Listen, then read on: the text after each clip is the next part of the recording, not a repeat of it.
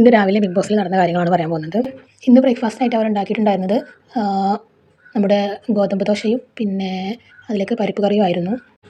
നെവിനും മനീഷേട്ടനും കൂടിയാണ് ഉണ്ടാക്കിയിട്ടുണ്ടായിരുന്നത്. അങ്ങനെ അവർ ഭക്ഷണമെല്ലാം കഴിച്ചതിന് ശേഷം ഇവരെല്ലാവരോടും അഭിപ്രായം ചോദിക്കുന്നുണ്ട്. നെവിനോട് എല്ലാവരും നല്ല അടിപൊളി കറിയായിരുന്നു എന്നൊക്കെ പറയുന്നുണ്ട്. എരിവ് കുറച്ച് കൂടുതലാണെന്നൊക്കെ പറയുന്നുണ്ടായിരുന്നു.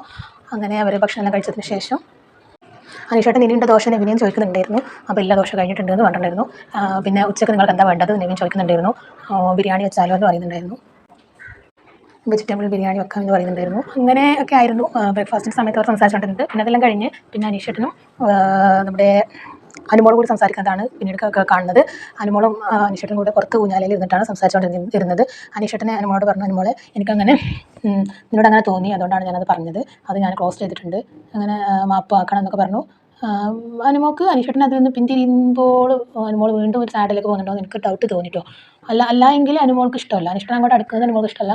എന്നാൽ അനുമോളോട് അങ്ങനെ ഒരു ഇതില്ല, ഞാൻ ഒഴിവാക്കി വിട്ടു എന്ന് പറയുമ്പോൾ അനുമോൾ ആക്സെപ്റ്റ് ചെയ്യുന്നില്ല. വീണ്ടും പുള്ളിക്ക് എന്നോട് എന്തോ ഉണ്ട്, പുള്ളി പറയുമ്പോഴൊക്കെ എന്നിൽ നിന്ന് എന്തോ പ്രതീക്ഷിച്ചുകൊണ്ടാണ് പറയുന്നത് എന്നൊക്കെ ആദിലിനോട് നൂറിനോട് പിന്നെ അതിന് ശേഷം പറയുന്നുണ്ടായിരുന്നു. അനീഷേട്ടൻ്റെ കാര്യങ്ങളൊക്കെ എനിക്ക് ഇഷ്ടം തോന്നിയാൽ ഞാൻ പറഞ്ഞതാണ്.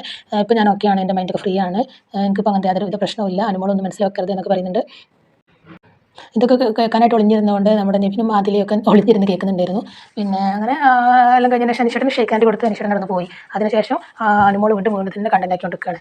അപ്പം നൂറയൊക്കെ പറയുന്നത് ഈ കാര്യം ഒന്ന് വിട്, നീ കളിയിലേക്ക് നോക്കുമെന്ന് നൂറയും ആദിലേക്ക് പറയുന്നുണ്ടായിരുന്നു. പക്ഷേ അനുമോൾ അതൊന്നും കേൾക്കാതെ അവൾ വീണ്ടും തന്നെ പറഞ്ഞുകൊണ്ടിരിക്കുന്നു. പിന്നീട് അവർക്ക് മോർണിംഗ് ടാസ്ക് കിട്ടിയിട്ടുണ്ടായിരുന്നു. മോർണിംഗ് ടാസ്കിൽ ടാഗ് ലൈൻ ഓരോരുത്തർക്ക് വെക്കാനും അത് എന്താണ് അതിൻ്റെ കാരണം എന്നുള്ളത് പറയാനുണ്ടായിരുന്നത്.